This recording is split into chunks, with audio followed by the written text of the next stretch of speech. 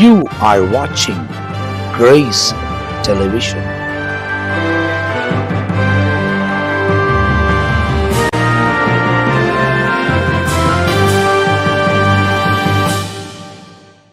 இயேசு கிறிஸ்துவின் நாமத்தில் உங்கள் யாவருக்கும் அன்பின் வாழ்த்துக்களும் ஸ்தோத்திரங்கள் எடுக்கிறேன். ஆண்டவர் நம்மை தொடர்ந்து பாதுகாத்து ஆசீர்வதித்து நடத்துகிறவராக இருக்கிறார். கர்த்தருடைய கரம் நம்ம பாதுகாக்கும். அதனால் அநேகர் இந்த நிகழ்ச்சிகளை பார்த்து ஆசீர்வதிக்கப்படுகிறாங்கன்னு சொல்லி நாங்கள் நம்புகிறோம், விசுவாசிக்கிறோம். கர்த்தர் தொடர்ந்து நம்ம பாதுகாப்பார். தேவ திட்டங்கள் நம்முடைய வாழ்க்கையில் உயர்வையும் மேன்மையும் கொடுக்கும். அதனால் ஆண்டவருடைய சமூகத்தில் தொடர்ந்து நிலைத்திருங்க, ஷேர் பண்ணுங்கள். நீங்கள் இந்த நிகழ்ச்சியை இன்னமாய் ஆசீர்வதிக்கப்பட்டு இருக்கிறீங்கனாக்கா மற்றவங்களுக்கு நீங்கள் பகிர்ந்து இது நிமித்தமாக நீங்கள் என்ன ஆசீர்வாதத்தை பெற்றீங்களோ அது உங்கள் கமெண்ட் செக்ஷனில் கொடுங்க. மற்றவங்களுக்கு அது பிரயோஜனமாக இருக்கும். தேவன் உங்களை ஆசீர்வதிக்கிறவராக இருக்கிறார். அதனால் சங்கீதத்தின் புத்தகம் 63ஆம் சங்கீதத்தில் ஒரு குறிப்பிட்ட காரியத்தை இந்த இடத்துல நம்ம வாசித்து ஜெபிக்க போகிறோம். தேவன் நமக்கு உதவி செய்கிறவராக இருக்கிறார். 63வது சங்கீதத்தில் என்ன எழுதியிருக்கிறதுன்னு பார்ப்போம். 7ஆம் வசனத்தையும் 8வது வசனத்தையும் நம்ம படிக்கும் போது இதில் ஒரு அருமையான காரியத்தை வச்சிருக்கிறார். தேவனாகிய கர்த்தர் நம்மை பாதுகாக்கிறவர், என்றைக்கு நம்மோடு கூட இருக்கிறார். லாங்கிங் ஃபார் காட், தேவனை சார்ந்திருக்கிற, தேவனுக்கு அப்படி ஏங்கி கொண்டிருக்கிற, தேவன் மேலே ஏக்கமாக இருக்கிற ஒரு காரியங்கள். Oh God, you are my God and I long for you. My whole being desires you like a dry worn out and waterless, and my soul is thirst for you. இங்கே எழுதப்பட்டிருக்கிற இந்த காரியங்கள், எனக்கு அருமையான தேவஜனமே, என்னுடைய ஆத்மா உம்மிலே உமக்காய் காத்து கொண்டிருக்கிறது, ஏங்கி கொண்டிருக்கிறது. நான் அப்படியே வறட்சியாக இருக்கிறேன், விடாத்து போனவனாக இருக்கிறேன், தண்ணீரற்றவனாக இருக்கிறேன், காய்ந்த நிலமாக இருக்கிறேன், தண்ணீரற்ற பூமியாக இருக்கிற என்னுடைய ஆத்மா உம்மிலே தாகமாக இருக்கிறதுன்னு சொல்லி துவங்குகிறார் தேவனுடைய மனுஷன்.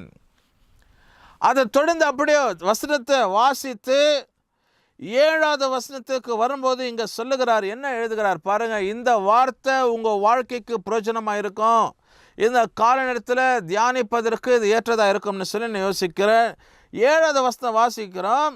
நீர் எனக்கு துணையாக இருக்கிறனால் உமது சேட்டைகளின் நீரில் களி கூறுவேன். நீர் எனக்கு துணையாக இருக்கிறார். அப்போ தேவன் இந்த கால நேரத்தில் உனக்கு துணையாக இருக்கிறார். The Lord is there to help you. The Lord is there been. The Lord is been. தேவன் இருக்கிறார். எனக்கு அருமையான தேவ ஜனமே, தேவன் இருக்கும்போது உன் வாழ்க்கையில் குறை இருக்காதே. தேவன் இருக்கும்போது உன் வாழ்க்கையில் கவலை இருக்காது. தேவன் இருக்கும்போது உன் வாழ்க்கையில் கசப்பு இருக்காது. தேவன் இருக்கும்போது உன் வாழ்க்கையில் எந்த விதமான தோல்வி இருக்காது. எல்லா காரியத்தையும் தேவனே உனக்கு துணையாக இருந்து பாதுகாத்து ஆசீர்வதித்து ரட்சித்து மேன்மையை தந்து தாகத்தை தீர்த்து உன்னுடைய ஏக்கத்தை போக்கி கர்த்தரே உனக்கு துணை நின்று அவர் நடத்துகிற தேவனாக இருக்கிற. ஆகினால தேவன் துணையாக இருக்க எல்லாவற்றையும் எந்த காரியத்தை செய்து பாருங்க, அதில் ஒரு மேன்மையை ஒரு திட்டத்தை நீங்கள் தேவ சமூகத்தில் அறிக்கை என்னன்னா, தேவன் எனக்கு துணை. The Lord is been, the Lord is there with me. The Lord is my helper. Confess this. The Lord is my God. The Lord is there with me. The Lord is my helper.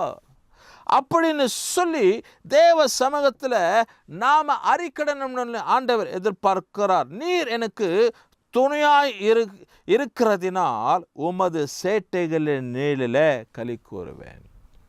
தேவன் நமக்கு துணையாக இருந்தால் நமக்குள்ள என்ன இருக்கும்? கவலை இருக்காது, போராட்டம் இருக்காது, கண்ணீர் இருக்காது. அதுக்கு மாறாக என்ன இருக்குன்னா, தேவனுடைய சமூகத்தில் ஆனந்தங்கள், களி கூறுதல். தேவ சமூகம் நமக்கு ஒரு புதிய மாற்றத்தையும் பலனை தந்தரலும் என்று சொல்லி விசுவாசிக்கிறேன். எனக்கு அருமையான தேவ சொன்ன சகோதர சகோதரி, தாயை தகப்பனி ஊழிய செய்கிறவங்க, நீ யாராக இருக்கட்டும், இந்த வசனத்தை இதை கால நேரத்தில் இந்த கிரேஸ் டிவிலேருந்து என்ன ஒளிபரப்புறாங்க, என்ன வார்த்தை இன்னைக்கு யார் பேச போகிறான்னு சொல்லி உறவில் வேடிக்கை நீங்கள் பார்க்கலாம். ஆண்டவர் இந்த காரணத்தில் உன்னை பார்த்து தான் பேசிக்கொண்டு இருக்கிறார். My dear brothers and sisters who are watching this program, Talk with Jesus. Jesus is speaking with you. Jesus is comforting you. Jesus senses towards you. ஆண்டவர் இந்த காரணத்தில் அவருடைய வார்த்தை உன்னை நோக்கி அனுப்பி கொண்டிருக்கிறார். தேவனுடைய சமூகத்தில் அவருடைய நிழலில் நீ களி கூறுவாய். தேவனுடைய கரம் உன்னை அப்படி எடுத்து நடத்தும். அடுத்த வசனம் சொல்லப்படுகிறது, என் ஆத்மா உண்மையே தொடர்ந்து பற்றி கொண்டிருக்கிறது, உமது வலது கரம் என்னை தாங்குகிறது. எவ்வளோ அருமையான ஒரு வார்த்தை பாருங்க. என் ஆத்மா தொடர்ந்து உண்மையே பற்றி கொண்டிருக்கிறது. My soul followed hard after thee, thy right hand upholdeth me. எவ்வளோ ஒரு நீதி உள்ள ஒரு வார்த்தை பாருங்க.